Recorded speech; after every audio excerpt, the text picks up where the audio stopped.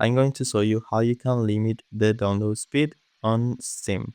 So this is very easy. If you find it helpful, don't forget you can subscribe and leave a like. So as you can see, I'm right here downloading Acero Corsa Evo. And if I want to limit the speed of this download, I need to go to library, then downloads. And right here, you will see the download settings. So just click here and we can enable to limit the download speed. So just click here and you can enter the limit in kilobits per second. So my current speed is 40 megabits per second. So for example, if I enter 10,000 kilobits per second, that will be 10 megabits.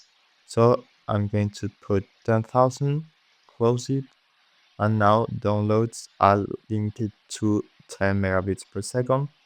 Now, if I pause it and resume, you will see how it goes down to 10. So this way, for example, if your internet is not that good, you can keep doing other things. For example, if you want to play a video game while you are downloading something, then you can do that by limiting the download speed. So that's it. Now, as you can see, it's at 10 megabits per second. I hope it was helpful and thanks for watching.